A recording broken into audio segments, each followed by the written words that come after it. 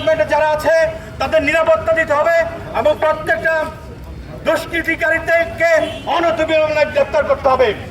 আমরা শিক্ষার্থীদের সকল আন্দোলনের পাশে আছি এবং ভবিষ্যতে থাকবো এবং সবাইকে এই বিক্ষোভ মিছিলে অংশগ্রহণ করার জন্য ধন্যবাদ জানিয়ে আমি আমার বক্তব্য শেষ করছি। আসসালামু আলাইকুম ওয়া রাহমাতুল্লাহি ওয়া বারাকাতুহু।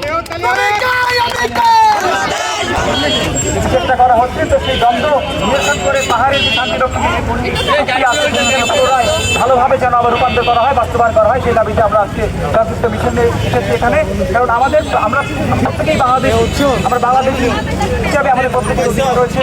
আমরা বাঙালি, তারা পাহাড়ি, তারা বিভিন্ন জাতিগোষ্ঠীর মানুষ আমাদের বাংলাদেশে রয়েছে। তো এইদের যেন কেউ বৈষম্যের শিকার না হয়, এদের যেন কেউ মানে খারাপ কোনো কিছু মানে প্রতিহিংসার শিকার না হয়, সেই দাবিতে আজকে আমরা ভ্রাতৃত্ব রক্ষার জন্য আজকে রয়েছি।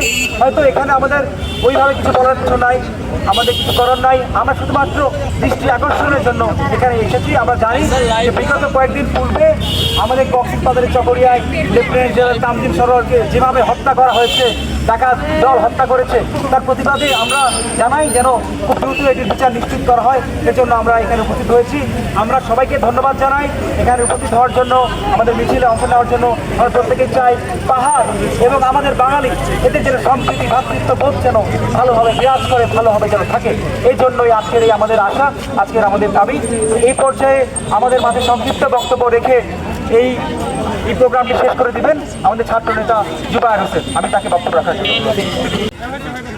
আপনারা জানেন কক্সবাজারে অত্যন্ত নির্মমভাবে সেনা হত্যা করা হয়েছে।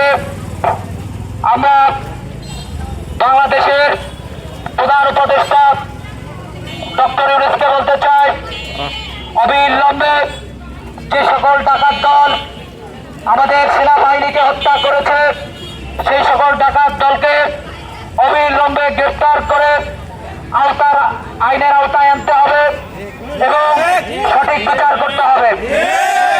সেই সাথে আমি নাটোর জেলা প্রশাসকের দৃষ্টি আকর্ষণ করে বলতে চাই, কিছু কিছু সন্ত্রাসী বিগত আন্দোলন সংগ্রামে প্রত্যক্ষভাবে রাজপথে আমাদের সাধারণ শিক্ষার্থী ভাইদের উপরে হামলা